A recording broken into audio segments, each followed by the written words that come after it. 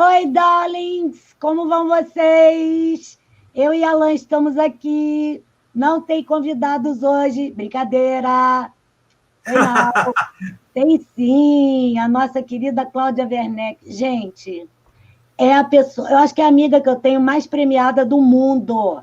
Vocês sabem disso? Não, né? Pois é, segredinho. Cláudia como é que a gente pode escrever, Alan? TDB, tudo de bom. Sério, sabe, aquela pessoa assim, extremamente perfeccionista. Ela é pior do que eu, pasmem, né? Pois é, pior do que o Alan também, pasmem, né? Ela, eu não sei, ela deve ser virginiana com ascendente Capricórnio e todos os astrais dela em Virgem com Capricórnio também. Deve ser aquele mapa astral assim, absurdamente capricorniano.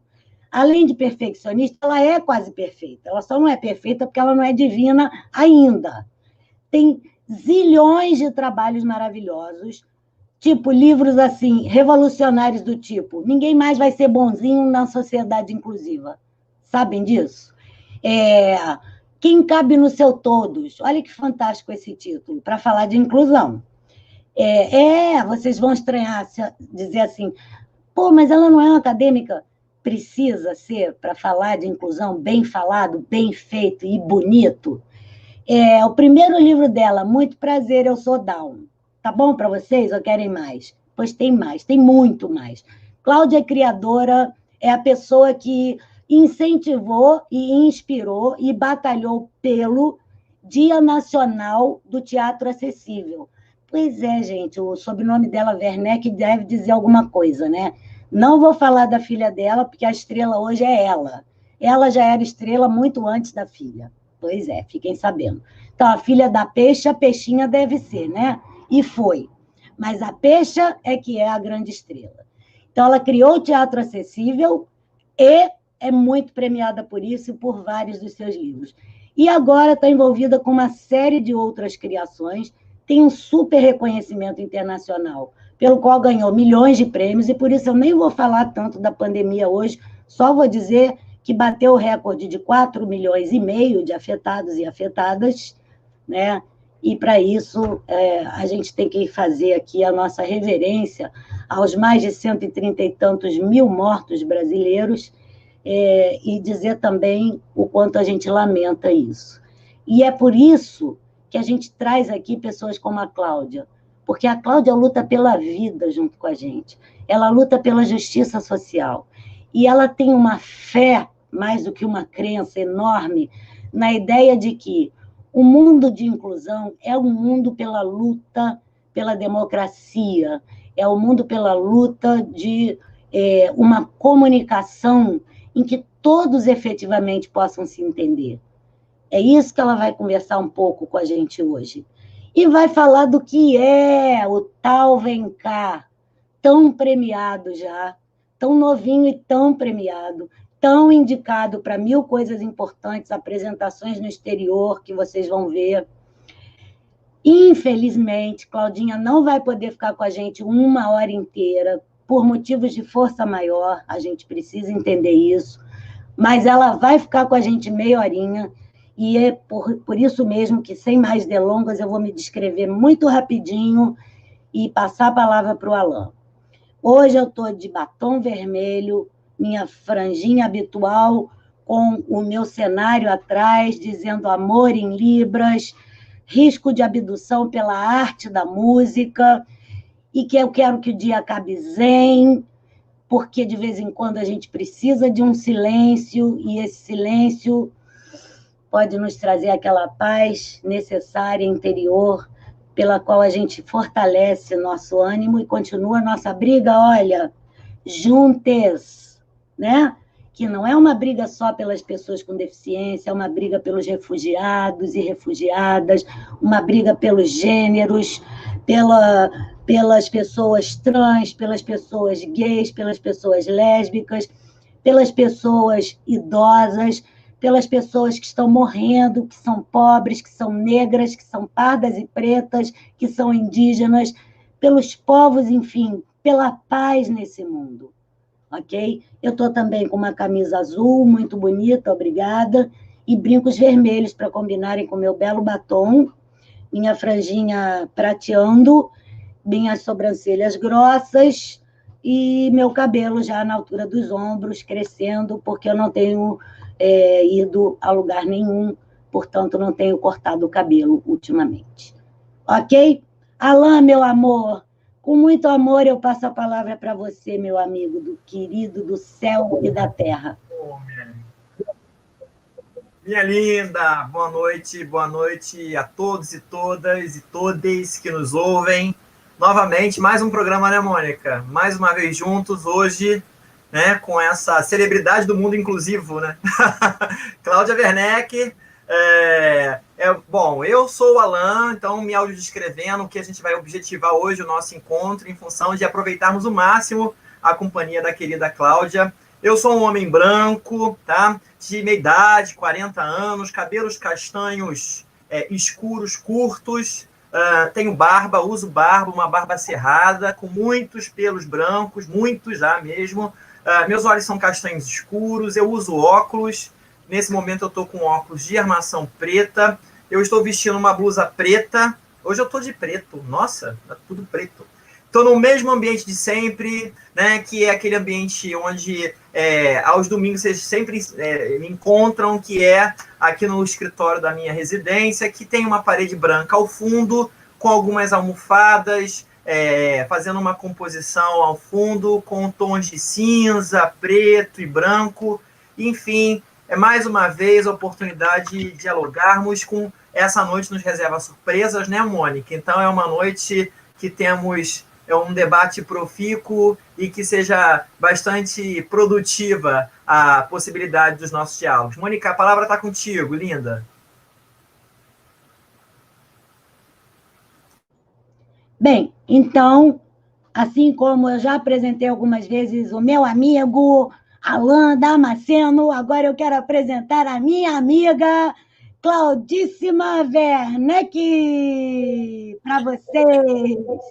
Oi, Claudinha! Sua linda! Vocês são assim o máximo nessa função pandêmica, virtual, porque vocês são muito bons, Mônica. Eu conheço bastante suas qualidades, mas eu não imaginava que você também tivesse essa veia. Seria radialista no passado, ou televisiva no passado. Hoje é uma veia webística, não sei como a gente pode falar. Prazer também estar com você, Alain. A gente conversou, temos muitas sinergias aqui nós três. Eu queria agradecer o convite e dizer que eu tenho lua em Libra, realmente a minha lua em Libra, e você acertou. E eu não sou Capricórnio, mas sou Touro. Sabia que tinha terra aí. Tem muita terra. E para aguentar a inclusão tem que ter sonho, tem que ter arma, tem que ter muita terra, né? Para aguentar no sentido de fazer e implementar. Vou me descrever inicialmente, dizer que eu estou super feliz de estar aqui. Eu sou uma mulher idosa, eu tenho 63 anos, eu tenho a pele branca, eu uso cabelos... meus cabelos são grisalhos, eles são bem curtos nas laterais, e na frente eu tenho uma franja grande que eu ponho para cima e vira um topete. Eu também estou com batom avermelhado. Eu uso óculos que tem armação da cor preta, em formatos assim, puxadinhos para os lados, como se fossem chamada vulgarmente de gatinhos. A lente é esverdeada. Atrás de mim, eu estou com uma blusa azul e branca, sentada na minha cadeira de escritório, e atrás tem vários objetos, sendo que o que mais se destaca na parede é um quadro de rosas que foi pintado pela minha avó. E eu gosto muito que ele fique atrás de mim, dentre as outras coisas que estão atrás, que tem vários tipos de coisa pendurada, retrato, porque ele me dá muita segurança, esse quadro atrás de mim, com essas flores, que eu me lembro da minha avó pintando quando eu era criança. Que legal. Bom, a gente está falando de vó, está falando de família, e o lugar de pertencimento começa com a família, né? Não só com a família planetária, mas essa sensação de pertencimento que a gente nasce com ela e que vão destruindo aos poucos, né? Eu acho que muito cedo a própria família, porque já não tem uma perspectiva inclusiva do significado dela e da própria família também planetária, ela começa um processo de desconexão da relação que a gente tem com o planeta e com a sociedade. É como se fosse uma dupla desconexão que a gente depois passa a vida inteira querendo consertar, né? Eu tenho um aspecto assim que eu acho que todo mundo tem um momento que se desconecta dessa inclusão natural, que acontece quando a gente é criança, alguma coisa que falam para a gente que a gente meio que entende que a gente e o mundo não são uma coisa só. E com isso a gente perde uma noção de que a gente é sempre um sistema, e a gente começa a se dividir, depois, o próximo passo, depois que está bem dividido, é polarizar, né? E aí a gente começa a cair nessa armadilha de sempre trabalhar nos extremos, e é até muito comum, né, que vocês devem também sentir isso, que nos congressos de educação inclusiva sempre tem aquela pergunta de uma situação limite, né? Como é que eu vou praticar inclusão com estudante que usa fralda, que baba, que grita, que não enxerga? Assim, essas perguntas assim de um extremo, elas são armadilhas para a gente fugir do desafio, que é o que está entre os extremos, né? E que, para mim, é o grande desafio da inclusão. Porque a inclusão, ela não é dos extremos, ela é da infinidade do meio. E a infinidade do meio, ela é o que dá medo para a gente, porque a gente não suporta o meio, então a gente dá aqueles exemplos de como a gente está agora na política, né, nos partidos, é isso, aquilo, e todo mundo preso nos mesmos argumentos, e a gente não vai nunca conseguir praticar nem uma comunicação inclusiva, nem a inclusão, independentemente da questão da comunicação e, obviamente, a democracia. Esse modo infinito do meio se manifestar, que para mim é muito libertador, é o que não se manifesta na comunicação, e sem uma comunicação exercida de forma radical no meio, não nos extremos, eu acho que a gente não consegue, não tem nenhuma chance da gente exercer uma democracia, testar os limites dessa democracia e de qualquer tipo de ética. Então, a comunicação, para mim, além dela não ser apenas instrumental, ela é um berço, e um berço que hoje embala mais discriminação do que inclusão. E ela embala essa discriminação e embala tão bem, que é muito difícil denunciar o que existe de exclusão no processo de comunicação. E aí eu falo do direito à comunicação, assim, para mim é muito uma divisão entre dois direitos, o direito de ser comunicado de alguma coisa, né, de obter informação pela pandemia, de entrar na internet e ter live acessível, e ter formas de as pessoas que não conseguem entender tudo com clareza, por qualquer razão, ou por idade, ou por medicamento, ou por deficiência, ou por qualquer questão. Quer dizer, esse direito de você ser comunicada de um incêndio, ser comunicada de como você vai se proteger, ser comunicada de um livro que está sendo lançado, a informação que chega. E a outra parte do direito à comunicação, para mim, é assim, o direito de se comunicar. Quer dizer, como é que eu vou ir recebendo aquela informação, se eu quiser eu me expressar numa linguagem que seja absolutamente minha e, portanto, humana.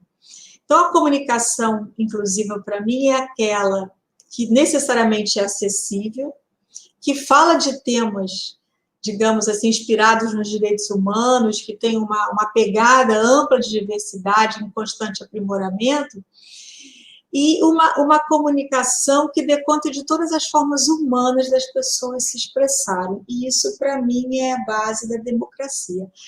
E aí, lógico, assim, a gente fica testando essas ideias que ficam na nossa cabeça todo dia, né? A gente dorme, acorda e tem aquelas ideias que a gente ama muito, né?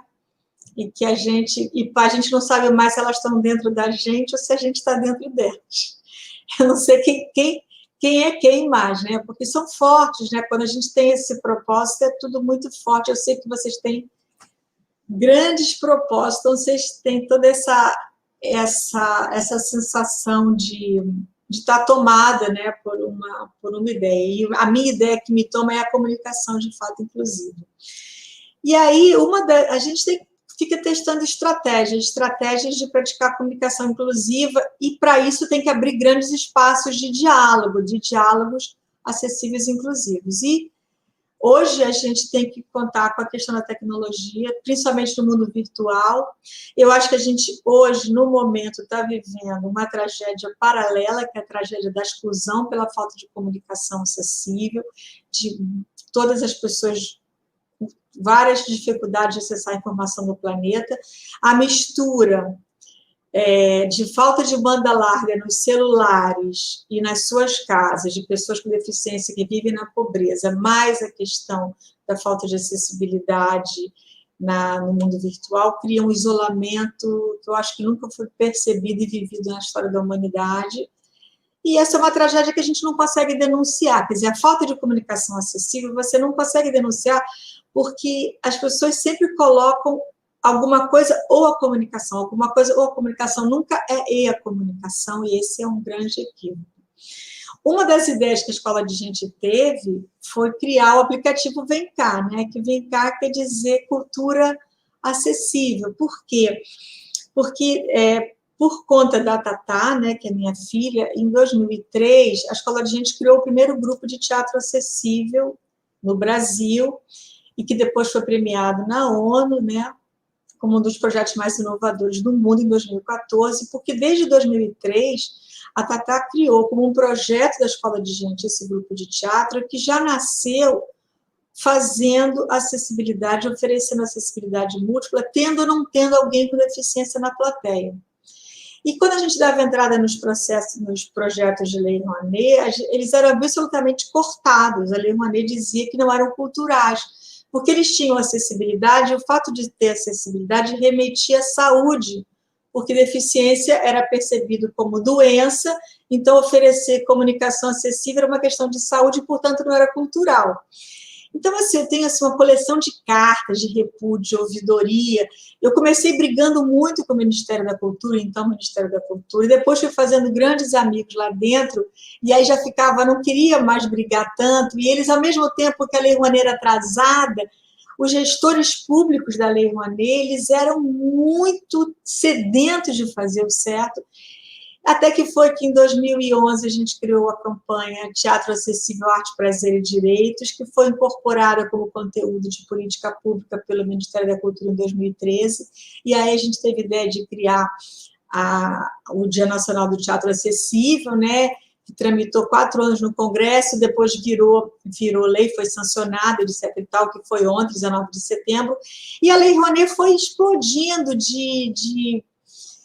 não como eu desejava ainda, claro, ainda é pouco, sempre é pouco, mas ela foi explodindo de aprimoramentos a favor da acessibilidade. Ainda não é perfeita, lógico que não, mas houve muito avanço. E a gente ajudou muito a construir essa Lei Rouanet, só que aí começamos com um novo problema que deu origem a Vem Cá.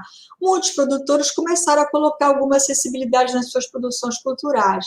E a gente começou a receber telefonemas sextas-feiras na Escola de Gente, dizendo assim que a ONG, né, que eu criei, que abraça todos esses projetos, por favor, vocês têm aí 10 cegos para um espetáculo amanhã que eu vou oferecer audiodescrição, e aí 10 cegos, não, a gente não tem cadastro de pessoas cegas.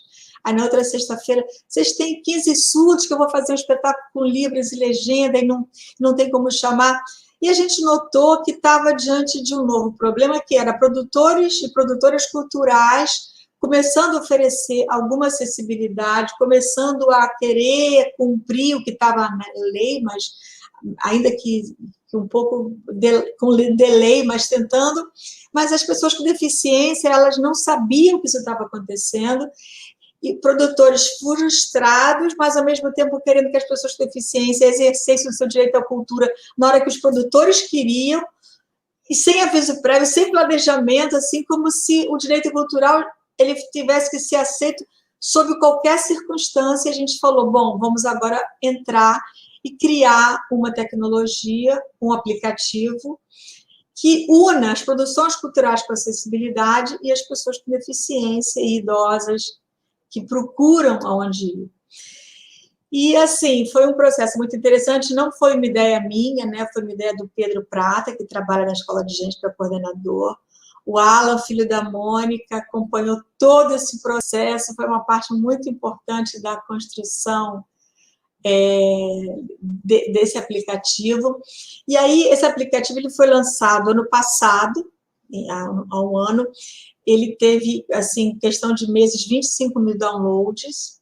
E ele é construído, ele tem 12 atividades culturais e ele tem 12 tipos de acessibilidade. Então, por exemplo, Paralamas do Sucesso, é o caso até que eu conversei com eles no aeroporto, na época que eu estava lançando o aplicativo, encontrei com eles aquela coisa de embarque no embarque, aí eu contei de aplicativo e falei, o que vocês têm de acessibilidade no show? Eles falaram, temos banheiro acessível, a gente só faz show com banheiro acessível. Então, você pode botar o seu show e marcar que você tem.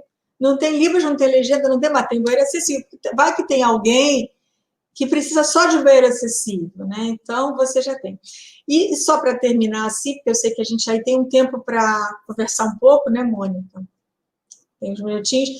Mas uma das acessibilidades que o aplicativo Vem Cá considera é a gratuidade. Porque a ONU diz que 80% das pessoas com deficiência do planeta vivem em países como o Brasil, em desenvolvimento nas regiões de pobreza. Então, para a gente, a acessibilidade, a gratuidade é uma acessibilidade. Então, ainda que as pessoas não façam nenhuma acessibilidade nas suas feiras gastronômicas, nas suas peças de teatro, nos seus cinemas, em qualquer lugar, mas se elas oferecem gratuidade, elas também podem se cadastrar no aplicativo. E agora o aplicativo vai entrar numa segunda fase. Ele é um aplicativo que foi feito por Lei Rouanet e também foi feito por ICMS. Várias empresas participaram. E agora a gente vai começar a segunda fase, que é adaptar o aplicativo para o mundo virtual e colocar um cadastro de profissionais que podem ser convocados para fazer acessibilidade, como intérpretes de Libras, áudio de escritores, piso tátil, legenda e tudo mais. E ele também é totalmente acessível. E ano passado foi indicado para um prêmio, como finalista de um prêmio de inovação de cultura acessível. Então, o Vem Cá é um super projeto. E tem mais, o Vem Cá, ele preparou a gente para a pandemia, na verdade, porque ele foi o primeiro projeto de tecnologia virtual da Escola de Gente. Então, é como se ele fosse, assim, um batismo para esse mundo que a gente está vivendo agora. E a gente, talvez por isso, tenha conseguido transitar por ele de alguns modos também. Muito legal, hein? Muito legal. Eu falei que essa danada era cheia de surpresas e coisas fantásticas. Claudinha tem muita pergunta, mas a gente vai fazer um apanhado geral aqui com 2 ou 3, tá? Vou juntar, vou ler as 3 e aí você comenta ou responde. A primeira é da nossa amiga e colega aqui de projeto, Eliana Zanata. Ela fala o seguinte, comunicação humanizada, dizer a verdade, mas com ternura. Quais possibilidades você vê nos dias atuais? Como é que a gente consegue alcançar isso? Essa seria uma. A segunda é a da Karina Alves. Que bom que a Lei Rouanet mudou, né, Cláudia? Hoje ela está sedenta por acessibilidade. Quase todos os projetos têm que ter algum mecanismo de acessibilidade. Para você mais comentar, não chega a ser uma pergunta. Mas ela continua dizendo, o público que escreve os projetos nem sempre sabe o que é de fato acessibilidade, para quem, como fazer, o que é inclusão em cultura, né? Enfim, um problema dentro do outro. E eu acrescentaria, ainda mais na gestão atual da Secretaria, porque não é mais Ministério, de Cultura. Então, são esses 2, uma é pergunta, outra é um comentário maior, para você comentar em cima. O que você acha? Bom, Karina, que bom que você está aqui com a gente. É porque não é só você oferecer acessibilidade. A acessibilidade ela exige uma inteligência e uma sensibilidade e uma devoção para observar o que acontece em função da acessibilidade muito grande. que a acessibilidade ela não é um fim, né? Ela é o início de alguma coisa que você não vai descobrir o que é. Eu vivi uma cena que me marcou profundamente, porque a gente sempre deu acessibilidade, atendimento prioritário e deixou as pessoas com deficiência, deixou não é a palavra certa, garantiu que pessoas com deficiência entrassem antes nos espetáculos. E seguindo a lei não diz qual é a deficiência que tem que entrar antes, era um dilema para a gente, assim, qual é a deficiência que entra antes, é a pessoa cega, é a pessoa surda? Mas a gente sempre raciocinou assim, se tem visita ao cenário para pessoas cegas, as pessoas cegas têm que entrar primeiro antes, 10 minutos antes. Mas na questão da cadeira de rodas, tem que entrar antes, porque demora mais para se locomover. Mas isso a gente foi juntando. Mas quando tem criança, quando você junta as leis de inclusão, o Estatuto da Criança e do Adolescente, como o teatro infantil sábado de manhã, a gente já fez no Teatro do Futuro, aquela fila enorme, tudo gratuito. Você vê uma pessoa com deficiência intelectual, uma mãe amamentando, uma criança, uma pessoa muito pobre que estava na fila também, toda machucada na perna, assim, com uma pessoa surda, e você uma avó, assim, quem é a prioridade? É a pessoa idosa? Essa é uma coisa que as leis não falam. Então, quando você oferece acessibilidade, você vai tendo oportunidade de perceber coisas que só com acessibilidade você percebe. Mas o que eu ia contar é que no passado, a gente estava em Juiz de Fora, se não me engano, e teve uma apresentação grande do Teatro da Escola de Gente, o Grupos Inclusos e os CISOs, né? E aí, quando eu entrei na plateia, tinha um menino gritando muito num canto, junto com a mãe, e pelo modo como ele gritava, eu deduzi que ele deveria ter alguma síndrome do espectro autismo, alguma característica, e aí todo mundo estava muito tenso, era um teatro repleto, muitos estudantes da escola, muitos professores, gestores, todo mundo muito tenso com aquela criança que não parava de gritar, e eu cheguei para a mãe e falei para ela, você precisa de ajuda? Ela falou, não, isso é assim mesmo, vai passar. Aí chegou o secretário de Cultura, chegou o secretário de Educação, a gente subiu ao palco para apresentar o espetáculo, e a criança gritando. E todo mundo muito incomodado com aquilo, todo mundo muito desesperado com aquilo. E aí falou o secretário, o Pedro Prata me anunciou, e quando chegou na minha vez, eu falei, estamos diante de uma possibilidade de praticar inclusão. Quero saber quem vai nessa. Há uma criança que grita, todos nós estamos atordoados. Essa criança não vai sair daqui, é direito dela usufruir da cultura. A gente vai ficar bem nessa situação? Eu posso contar com vocês? Aí foi assim, é muito interessante, porque todo mundo relaxou, bateu palma, e aí eu pensei o quê? Que quando o espetáculo começasse, ele ia gritar mais. Ele parou de gritar, assim que o espetáculo começou, quando acabou o espetáculo, a mãe chegou com ele e falou, dá um beijo na tia Cláudia, Juan. E aí eu comentei isso depois num congresso de autismo que eu fui logo em seguida. Eu contei essa história e falei, o que vocês acham?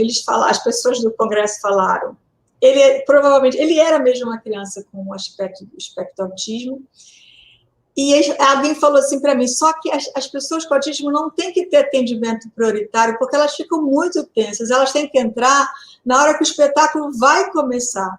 Possivelmente era uma manifestação de ansiedade. Então, o que eu aprendi?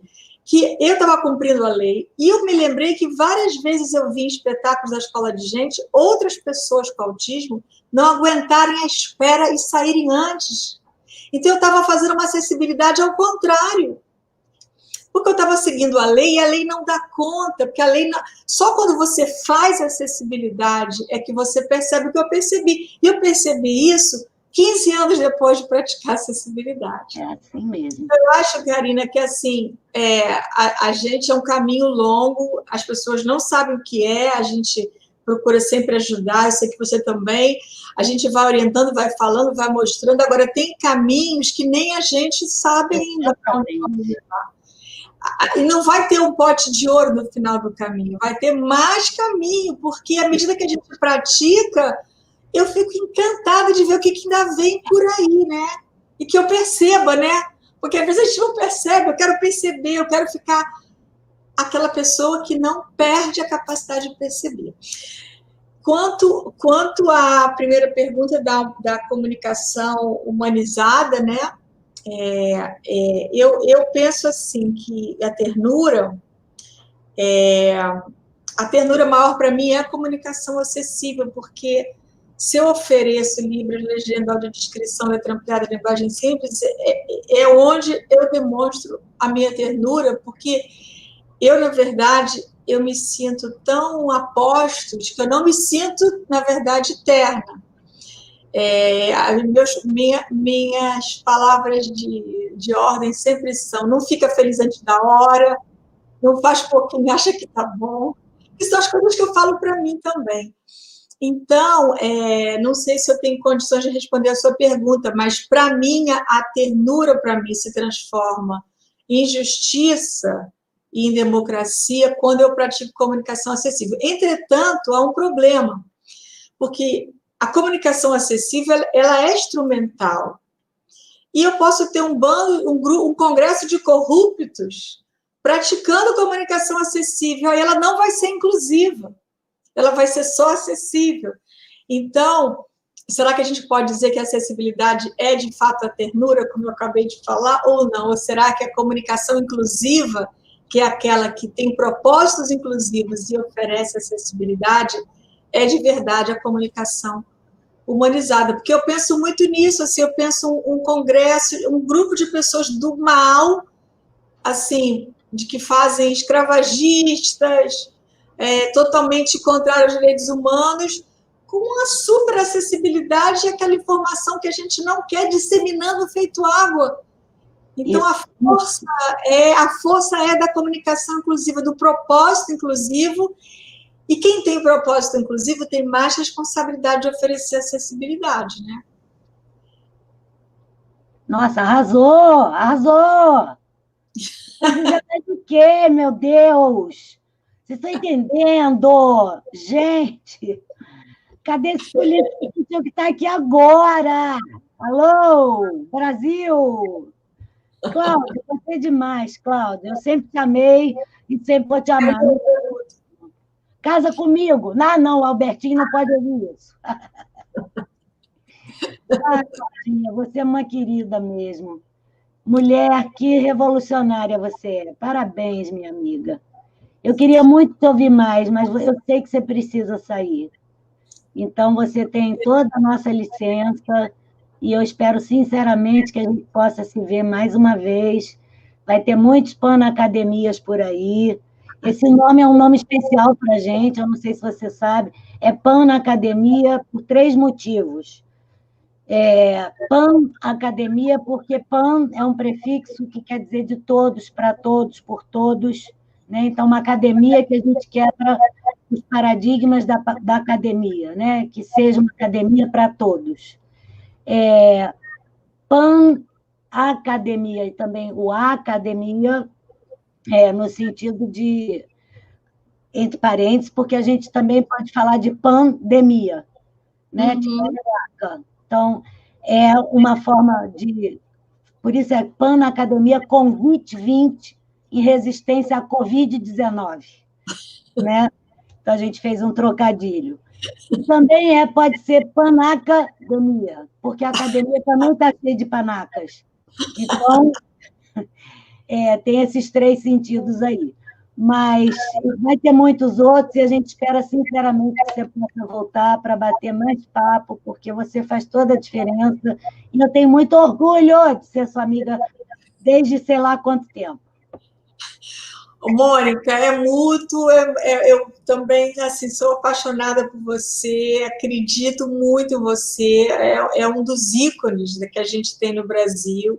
Então, muito obrigada pelo convite, eu voltarei sempre que possível. Alain, um beijo grande, também acompanho você, também estou ligada em todo o seu pensamento, nas coisas que você, nas pessoas que você orienta, no que você escreve, no que você produz. Agradecer as perguntas a todo mundo. Lamento ir embora, mas fico aqui na torcida de um novo dia, de um novo momento. Obrigada às perguntas, obrigada a todo mundo. Beijo grande. Obrigada, Laura, também, que está na produção, que é um querido que eu amo muito, o filho da Mônica, é mais maravilhoso que ela.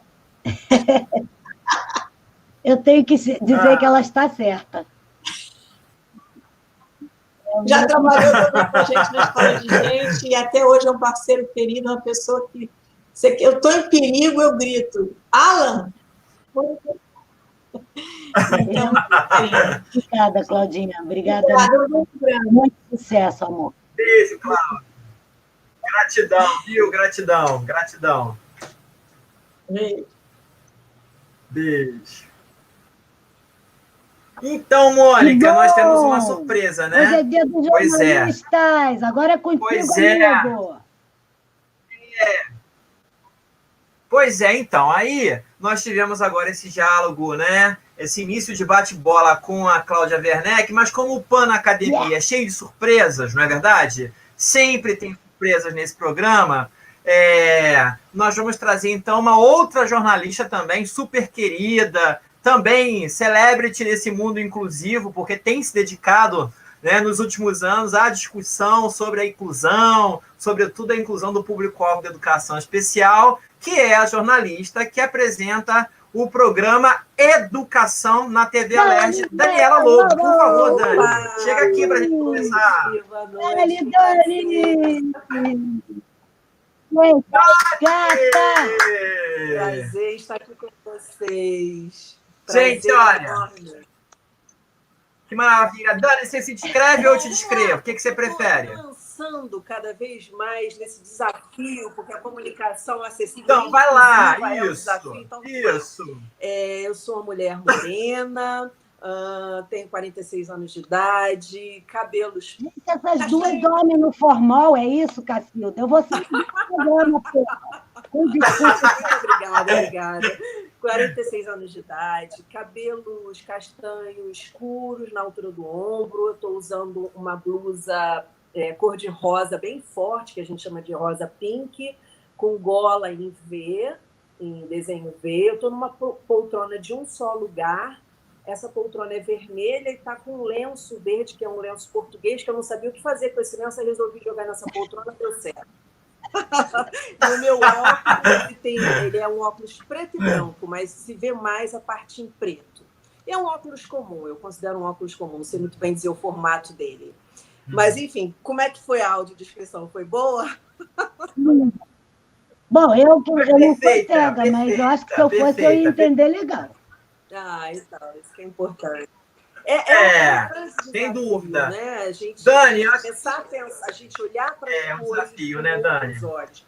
Eu faço parte da comissão de divulgação do LEPED, que é o nosso laboratório de pesquisa lá na Rural, que o Alan está ali à frente coordenando, e a gente sempre tem que fazer a legenda acessível. E eu vejo que algumas coisas às vezes passam, eu falo, meu Deus, como é que eu não vi isso? Como é que eu não reparei isso? Eu acho que, inclusive, traz para a gente, assim, de verdade, uma visão de mundo, amplia a tua visão de mundo, coisas que antes eu não percebia, que eu não reparava que estavam ali, e que são fatores importantes, que são coisas importantes de observar, e que antes eu sequer observava, e hoje eu tenho compromisso de observar, porque eu tenho que descrever. Então, olha como é que são as coisas. Eu falo o tempo inteiro no meu programa, e foi uma coisa que é uma coisa que eu venho aprendendo no meu programa, o quanto é importante para a gente viver no mundo inclusivo e fomentar o mundo inclusivo, porque a partir dele a gente se experimenta tanto, a gente troca tanto e a gente pode crescer tanto. Isso não é favor nenhum. Eu acho que se isso é um favor para a gente, porque é uma oportunidade da gente ampliar nossos olhares. Mas fala, Alan, eu te cortei. Dani, não me cortou. Eu ia pedir a você é igual Cláudia, né? Conhecida, bababá, você tem... Queria que você falasse brevemente um pouco do teu programa, porque, assim, como o tema é democracia, comunicação, acessibilidade, comunicação acessível, você apresenta um programa que tem uma importância, uma singularidade, né? É um programa que fala sobre educação, e eu acho que seria importante que as pessoas conhecessem um pouco mais do seu trabalho, de maneira geral, né? Para entender um pouco do seu lugar de fala. E é importante falar que você é uma pesquisadora, né? Que hoje você pesquisa inclusão, e acho que isso é importante para as pessoas entenderem um pouco o seu lugar de fala. Uhum. Bom, Alan, eu comecei a dar aula com 17 anos, e aí, para encurtar, eu saí do município porque não tinha como conjugar o meu horário no município com a minha carreira de jornalista que estava começando, que é a minha formação por graduação. Eu comecei a dar aula porque eu fiz o segundo grau normal, né, que a gente chama o técnico ali para dar aula. E assim, durante todo o meu tempo em TV, eu realmente não, fazendo factual, eu não me sentia transformando nada. Eu costumo brincar e dizer que todo jornalista é um grande sonhador. E eu não conseguia, sinceramente, ver isso na minha prática. Eu não conseguia ver na prática que eu impactava ninguém, eu não me sentia assim. E já na TV Alerj, eu observei que a TV ela apresentava programas culturais e apresentava o legislativo, porque a ideia da TV Alerj é exatamente essa, transformar o processo legislativo transparente. De que forma? As sessões plenárias são ao vivo, muitas comissões são ao vivo, e a gente sempre faz matéria do legislativo, então era levar para as pessoas o que estava acontecendo ali naquela casa. O que era aquela casa?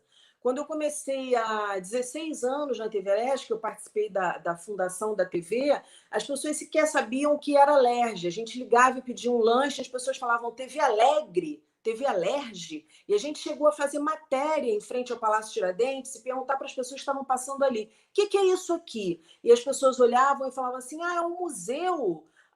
As pessoas não sabiam o que era aquilo. Até hoje existe uma confusão das pessoas, o que é Câmara Municipal e o que é Assembleia Legislativa. Muitas pessoas ainda confundem. Enfim, e aí eu percebi que a gente tinha eu acho que essa missão de ter um programa sobre educação nessa TV legislativa. Eu chamei minha chefia e falei, olha só, a gente tem aqui uma TV pública que oferece cultura, oferece transparência no parlamento, mas a gente não está falando nada de educação, não tem um programa que fale sobre educação. Olha, eu sou professora, eu dei aula há muito tempo para crianças de várias idades, também dei aula na faculdade, 2 anos. Poxa, eu tenho um programa para apresentar. Porque quando eu pensei em fazer esse programa em casa, gente, juro, foi uma coisa assim, psicografei. Eu cheguei, pum, tema tal, tema tal, tema tal. Aí, quando eu apresentei para minha chefia, eu lembro que a minha chefe imediata falou assim, caraca, que ela é espírita, ela falou assim, você psicografou, e tinha mais de 20 temas, tinha muito tema, porque foi assim, sei lá, acho que foi um desabafo, não sei. E aí eu lembro que a minha chefe imediata na hora aprovou, a gente mostrou para o diretor-geral, e o diretor-geral na época falou, tá bom, eu gostei da ideia, mas você vai lá e faz um piloto. A TV pública não é assim que as coisas acontecem, né? Tem todo um trâmite de grana e etc e tal. E aí eu falei assim, gente, eu preciso de um cenário para fazer esse piloto. Eu sei que eu fui para Saara, a gente comprou aquelas letras toscas de aniversário que vende na Saara, A, B, C, era um alfabeto, aí colocar atrás com um pano azul também tosco que a gente tinha lá escondido no cenário. E aí foi muito curioso, assim, porque logo que o programa estreou, foi meu programa piloto, foi com uma amiga minha de infância, que entrou em contato comigo pelo Face. Olha que loucura, ela entrou em contato comigo pelo Face, eu não tinha visto, porque ela não era minha amiga no Face, então fica meio que num buraco negro no Face. E aí, um belo dia, eu olhei aquele buraco negro, porque eu li em algum lugar que existia esse buraco negro, e aí eu fui olhar, e tinha a mensagem dessa minha amiga, que eu nunca esqueci, uma pessoa que marcou a minha vida, e ela é mãe de gêmeos com autismo. E foi a primeira pessoa que foi para o meu programa piloto, e a gente conversou a respeito disso, e ali começava algo que, para mim, e eu digo, gente, assim, eu acho que hoje as coisas estão melhorando, mas há uns anos, e o programa é de 2015, né, o primeiro foi ao ar em 2015, não se falava em comunicação acessível, não se pensava nisso, não era uma coisa que tinha, mais ou menos como eu falei para vocês que era Alerj, né? É incrível como a falta de voz, né, das pessoas, de algumas pessoas e de alguns grupos, faz com que o resto da população muitas vezes se veja deficiente. Aí sim, isso é uma deficiência. E eu era deficiente e ainda continuo muito deficiente. E dali começou essa. Aí o programa piloto foi legal, foi para o ar. Aí eu consegui ganhar o meu cenário e a gente começou com educação. E a minha ideia era essa, era trazer pessoas que eu via e que eu já tinha vivenciado com algumas pessoas assim na escola, com algumas não, com muitas pessoas na escola que faziam acontecer e que não tinham voz e que não estavam na TV e que não mostravam o seu trabalho, e como era importante aquela troca, e eu queria fazer isso. Aí eu comecei a levar professores e de várias CREs para falar de vários assuntos, e nessa de levar as pessoas envolvidas com a educação, de entrar efetivamente nesse meio e não de pegar uma ideia e fazer um programa sensacionalista para ter audiência, porque a TV Alerj nunca se preocupou com isso. A gente não tem nem medição de audiência como as outras TVs têm. A gente não sabe quanto que a gente tem de audiência. A gente está em TV aberta há pouco tempo, então a gente também está engatinhando nisso. E aí eu comecei a efetivamente mergulhar nesse universo e ver quais eram as falas desse universo e quais eram as falas mais potentes no sentido de mais imbuídas de legitimidade, no sentido de emergência, né? Do que precisava ser dito, do que precisava ser falado. E, nesse sentido, eu fiz séries e séries de programas falando de inclusão, ouvi muitas pessoas, e até que um dia eu falei assim, cara, eu tenho que estudar mais isso, eu tenho que pesquisar mais isso. E fui meio que engatinhando mesmo, meio que apalpando. E eu falei isso na última reunião do nosso grupo de pesquisa, que eu atirei não sabendo onde, eu acertei. Então, assim, gente, é um desafio, não é uma coisa fácil. Eu estou em TV há mais de 20 anos, eu me formei em 96, aí eu comecei em rádio, e não é algo fácil, é algo que a gente tem que aprender muito, eu acho que é algo que a gente tem que divulgar muito, porque é extremamente importante. A Cláudia estava falando, eu estava assim, babando com um monte de coisas que eu não sei. Quando ela diferenciou, e para mim foi um clique, eu falei assim, caramba, ela tem toda a razão, porque eu tinha algumas angústias. E ela diferenciou comunicação acessível de comunicação inclusiva. Gente, assim, para mim abriu um portal, como quando o Alan falou para mim, Daniela, educação especial é uma coisa, educação inclusiva é outra, porque educação inclusiva é uma filosofia, educação especial é uma modalidade, abriu outro portal. Então, assim, o quanto a gente cresce com isso, e eu quero levar isso. Gente, desculpa, eu estou falando igual a matraca, mas é porque as coisas ficam abafadas na gente, e a gente tem que falar, sabe? Eu preciso falar para vocês dessa realidade.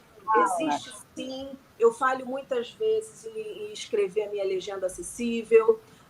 Infelizmente, a gente ainda não tem instrumentos mesmo na internet ainda para as pessoas que estão começando a fazer. Eu fiz isso para conseguir colocar legenda lá em alguns vídeos que eu faço, que eu gravo, enfim, mas a gente está aí e é isso. Acho que a educação não tem como a gente... Eu sempre falo assim, poxa, eu escolhi duas profissões que são maravilhosas, que a gente não seria humano se a gente não tivesse, que é a educação, que a gente está sempre se educando, a gente está sempre trocando, né? O homem desde lá das cavernas ele estava trocando e a gente chegou até hoje por causa disso. E comunicação.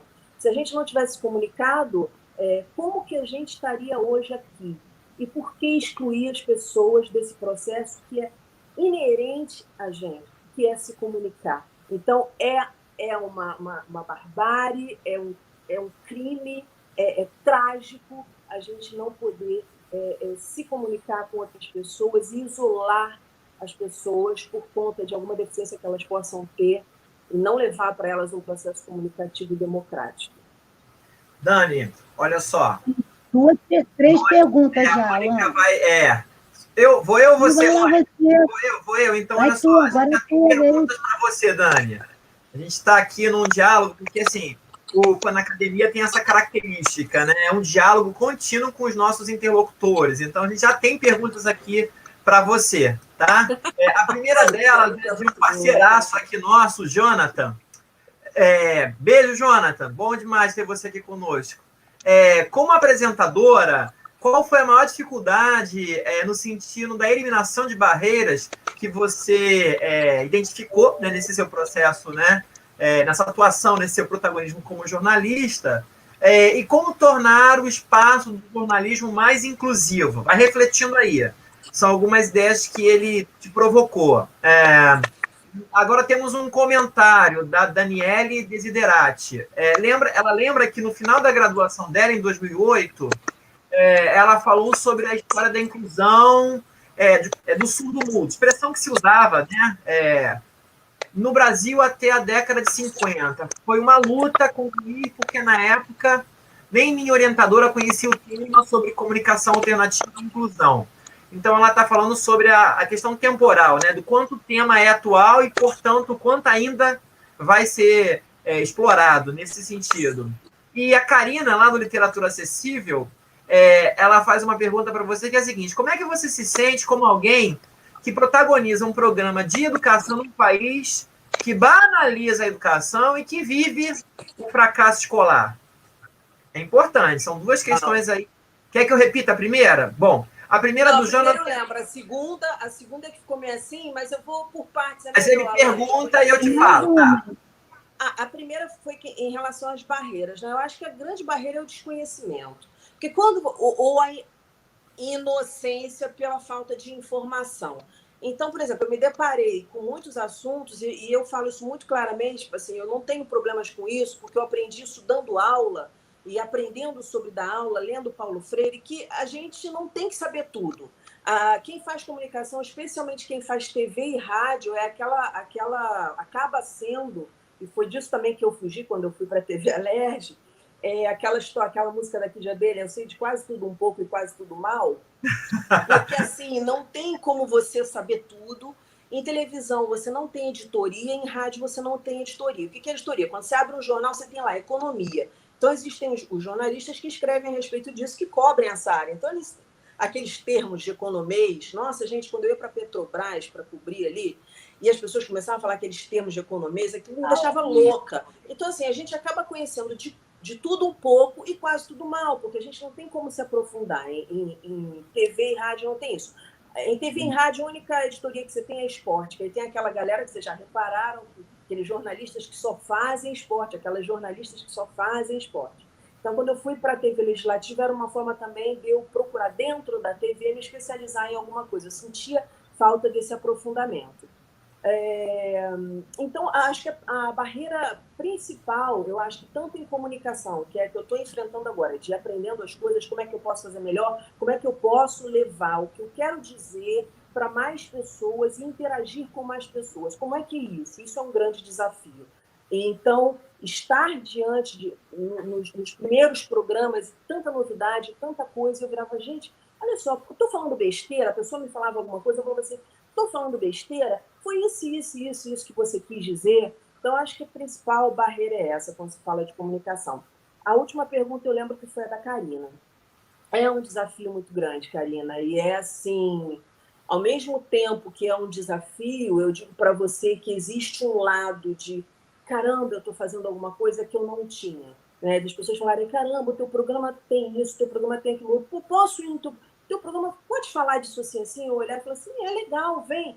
Porque eu não tenho, realmente, gente, eu não tenho, não passo por nenhuma censura na TV, eu falo no meu programa sobre os assuntos que eu quero, que eu acho relevantes, eu aceito, eu recebo muita sugestão de pauta das pessoas, eu tenho um grupo no WhatsApp que a gente discute educação e cultura, então, assim, é bom poder estar fazendo alguma coisa, mas, ao mesmo tempo, eu penso, caramba, por que não existem programas assim nas grandes TVs, nas TVs com muita audiência? Por que não? Por que não falar a respeito disso? Por que isso tem que ser um tema de toda eleição?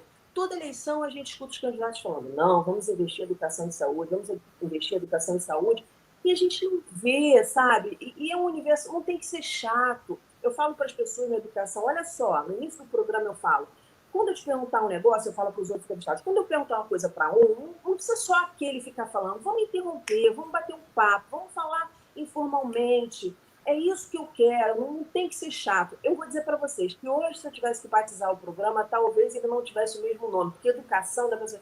Vê lá o programa de educação. Educação. As pessoas já acham que é o programa do pensador, né? Que você só vai escutar coisas difíceis, coisas chatas. Não, é um programa para a gente, da gente. Eu falo que educação, o meu programa, ou o programa que eu assisto, que eu faço junto com todo mundo, nosso programa, ele não é um programa para ensinar nada, isso sempre falei, é ali um canal de troca de experiência, porque educação não é receita de bolo.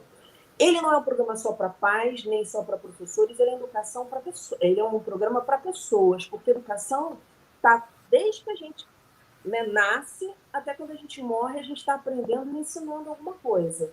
Então, não existe um programa educação só. E quanto mais eu vou experienciando esse programa, porque eu também estou aprendendo muito, eu e a Jéssica, que produz esse programa comigo brilhantemente, a gente vai aprendendo, eu falo para ela, poxa, a gente quer falar sobre tal pauta. mas o que isso tem a ver com educação? Aí a gente começa a puxar e começa a conversar. Eu falei, pô, Jéssica, a gente pode puxar daqui, a gente pode puxar dali. Então, sempre tentando ver a vida dessa forma, né? Da forma da educação. A educação faz parte da nossa vida e é trazendo realmente as pessoas e ampliando aí esse público. Então, Dani, espero ó, ter respondido a sua não, pergunta. Dani, tá ótimo. Sim. Ó, tem várias perguntas. O único exercício que a gente vai ter que fazer é objetivar, porque assim, Vamos lá. porque estão chegando várias perguntas, o povo está aqui super, né, Mônica? Agora a Mônica que vai, viu? Ela dialogar com você, mas várias perguntas estão pipocando aqui. Anterior, que é a do Max, né? Perguntando, Daniela, fazendo programa sobre acessibilidade e inclusão na TV do poder público, alguma vez você teve algum impasse dentro da TV por fazer cobrança para conseguir adaptação na TV para ser inclusiva? Essa é uma. Calma, tem mais. Opa! Vai lá. Tem uma interessantíssima aqui da Rosângela Cabral. Ela pergunta para você o seguinte: o que é para você inclusão nesse mundo 2 em que vivemos? E tem mais. Da Silvia, lá de Bauru, nossa amiga. Quais são os principais desafios da nossa TV para se tornar realmente acessível no Brasil? Pronto, são essas 3. Nossa, são muitos. Vamos lá, ativa. Olha, eu posso dizer para vocês que eu estou no meu 2º ano de pesquisa e o 2º ano mais efetivamente, né, mais forte, porque a gente começa assim engatinhando, agora que eu estou tentando levantar. Então, a gente vai tentando as mudanças a partir daí. A TV Alerj, hoje ela não está com o sistema de Libras por uma questão contratual, mas eu já soube que vai voltar, que está voltando. E eu tinha no meu programa essa questão da leitura de Libras, né? Então, eu tinha uma pessoa que depois pegava o programa, depois assistia o programa todo e tinha gravação de Libras. Com relação aos grandes obstáculos da TV, são muitos. A gente sabe que a maioria dos programas, todos os programas, a gente vê na grande TV, né, na grande imprensa, a gente não vê linguagem de Libras, a gente sabe que alguns programas têm audiodescrição, nem todos. Então, são muitas barreiras. E o que a Cláudia falou da comunicação inclusiva, o que é essa comunicação? Eu estou falando de todo mundo? As pessoas se veem representadas em seus problemas nos telejornais, as pessoas se veem representadas nas suas grandes questões em todos os produtos que são apresentados na TV? Eu acredito que não. Eu acredito que tenha melhorou bastante em relação ao que a gente tinha há alguns anos. Mas a gente está muito longe de fazer uma comunicação acessível. E eu acho que é isso que a Cláudia falou, essa disponibilização que a gente tem que se dar de aprender, de errar. A minha pesquisa, inclusive, fala isso, que as leis elas nos ofertam, vamos dizer, algumas possibilidades, mas que não é isso, assim, ofertou e a gente vai utilizar e não vai questionar, e não vai sugerir ajustes. Para isso existem dispositivos democráticos, para isso existe o controle social, que é quando a sociedade interfere na gestão pública. E isso existe nas leis, existe essa possibilidade. Por exemplo, na Assembleia Legislativa a gente tem as audiências públicas, que são um momento em que a sociedade civil organizada pode falar. O que a gente precisa de informação. Eu acho que essa sim, tudo bem, Mônica. Me permita fazer uma observação. Eu já fui algumas e não é bem assim, né? Na verdade, Mônica, o que a pesquisa da Daniela vai falar é exatamente isso. Que nível de participação popular existe nas audiências públicas? Porque a pesquisa dela, da qual você fará parte, Mônica, como avaliadora, ela investiga a atuação nos últimos 10 anos na Alerj, em termos do protagonismo no âmbito da educação inclusiva e da participação popular na tomada de decisões. Porque é uma casa legislativa. Mas sendo uma casa legislativa, será que o povo consegue se expressar, ser ouvido e materializado as suas demandas? É isso que a pesquisa da Dani está mostrando para a gente. Nas minhas 2 ou 3 experiências convidadas, eu posso garantir que não. Quem vai é o povo convidado do deputado que faz a audiência, e é um povo, portanto, que já vai com o discurso pronto, defendendo uma ideia muito específica. Eu também já participei de assembleias e foi bem nesse tipo aí. Mas a pesquisa da Dani é uma pesquisa histórica e documental. Vamos ver o que a gente consegue identificar, porque ela vai trabalhar com os documentos, né? Os registros. E os registros... os registros, tanto audiovisuais, as gravações, quanto as atas. Eu acho que a gente tem uma trama histórico-política interessante aí para mostrar. As atas das que eu participei. Vai pegar. Foi nos últimos 10 anos, é de 2008 para cá que ela vai pegar. Então vai pegar as que eu participei, com certeza. Vai sim. Vai. Você participou da Comissão de Educação, qual comissão? Todas de educação. E convidada como especialista. Certo. Tá bom, bom ouvir essa voz, porque eu sempre tive também do lado de cá, fazendo matéria. Nunca tive ali, desse lado que você tá falando agora. Isso, para mim, até, sinceramente, é uma novidade. Assim, Teve uma que eu fui como lado de cá, para assistir e falar, e eu não pude falar. Porque a minha opinião era contrária à do deputado que estava organizando. Então, não tive como me inscrever. Sim. São os desafios do processo democrático, exatamente. E quando, assim, é o grande desafio, acho que, da gente, né? Saber votar, saber em quem a gente está votando e por que a gente está votando, e conhecer as pessoas. Eu falo muito isso, assim, em época de eleição. Até a própria imprensa, a gente fala, deputado X apresentou não sei quantos projetos e deputado Y só um. Gente, isso não é medida para avaliar a produtividade de deputado X nem Y. Não é. A Casa Legislativa, se você pensar assim, caramba, vamos ser bem racional. Tá, a Casa Legislativa é para fazer lei, o projeto, vamos dizer que vire lei. De quantas leis a gente precisa? 365, 300 dias, 200 dias no ano.